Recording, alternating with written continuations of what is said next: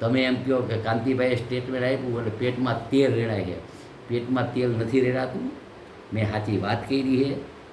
તમે આવો. આમાં પ્રોસિજર હોય. તમે એકવાર ચૂંટાણા, હું 7 વાર લડ્યો છું. આપણે બંને આવતા સોમવારે માનનીય અધ્યક્ષશ્રીની જેમ બે આપણે રાજીનામું દીધી. રાજીનામું દીધા પછી ચૂંટણી આવશે. અહીંયા વિસાવદરની ચૂંટણીમાં અમારા કાર્યકર્તા લડશે ને તમારા કાર્યકર્તા લડશે.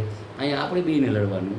એટલે તમને ખબર પડી જાય ક્યાંય ગોપાલભાઈના નામે ધમકી ન દઈએ ને ઉછેરવાના ધંધા બંધ કરે. અને હું તો જીવાનનો પાકો હું. 98માં પણ આ મોરબીને યાર્ડ માટે હું બોલ્યો તો કે જમીન જાય તો મારા બાપમાં ફેર હોય. એ જમીન નથી જવા દીધી. મારા ઉપર 120 પી હતો. મને મોરબીના કાર્યકર્તા ઉપર વિશ્વાસ છે કે મારી ચેલેન્જ ઝીલે છે. શું કામ કે એકવાર હરાવ્યા પછી 5 વર્ષ મેં કામ કરી, સેવાકીય કામ, ગામના કામ. એટલે મને વિશ્વાસ છે તમે અહીંયા આવો. તમારા આમ આદમીના તમામ ભારતના નેતા આવે અને અહીંયા મોરબીના મારા ભારતીય જનતા પાર્ટીના કાર્યકર્તા, મતદારોનો વેપારી, અને આપણે બેને ચૂંટણી લડવાની છે.